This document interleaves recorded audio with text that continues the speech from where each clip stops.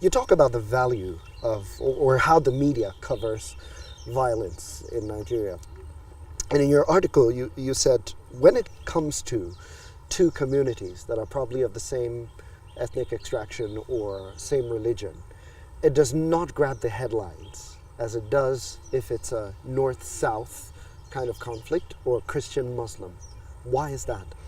The Nigerian media over the years has bought into a narrative of Nigeria as a country of violently contradictory opposites, of a country of violent binaries. So there's a north versus south, the Igbos versus the Hausas, Christians versus Muslims. And if your sense of Nigeria is shaped purely by reportage in the media, you will come to believe that this is what the country is about, and all conflict revolves around this axis. But this is not the case. So the media has chosen, in my view, to emphasize this because these are the more sensational, these are the more apocalyptic, and these are probably the more commercially viable narratives from their perspective. Mm-hmm. But when we begin to discuss the incidence of intra-ethnic conflict, which is actually a lot more pronounced than, a lot more common than people know, then they tend to shy away from those stories because those stories do not fit the preferred narrative. So, for example, as I said earlier, conflicts between herders and farmers is fairly popular in Nigeria, and the narratives around that.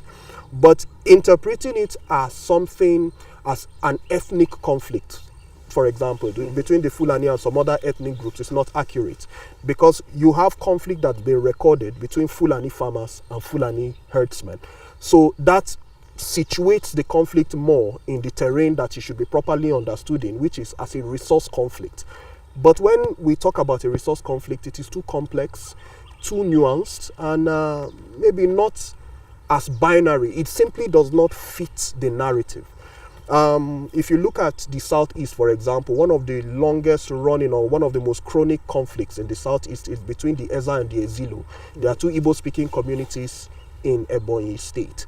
On more than one occasion, we've needed to deploy troops there to restore peace to those places. Again, this kind of conflict simply does not get the headlines that it deserves because it does not fit the narrative. This is an intra-ethnic conflict as against an inter-ethnic conflict. So for people who promote the idea that Nigeria's greatest problem is that it is made up of incompatible communities, it is somewhat it's somewhat discouraging, I suspect, or to find that in fact you have conflict within ethnic communities, you have conflict within religious communities. The Shia-Sunni divide, for example, in Nigeria has a history of violence as well. Aguleri, Umuleri, that happened in the Southeast as well, two Igbo-speaking communities. Ife, Modakeke, that happens in the Southwest as well throughout the 90s. That was one of the longest running conflicts in the Southwest. Mm-hmm. So the point is that the narratives we've adopted about Nigeria, particularly in the media,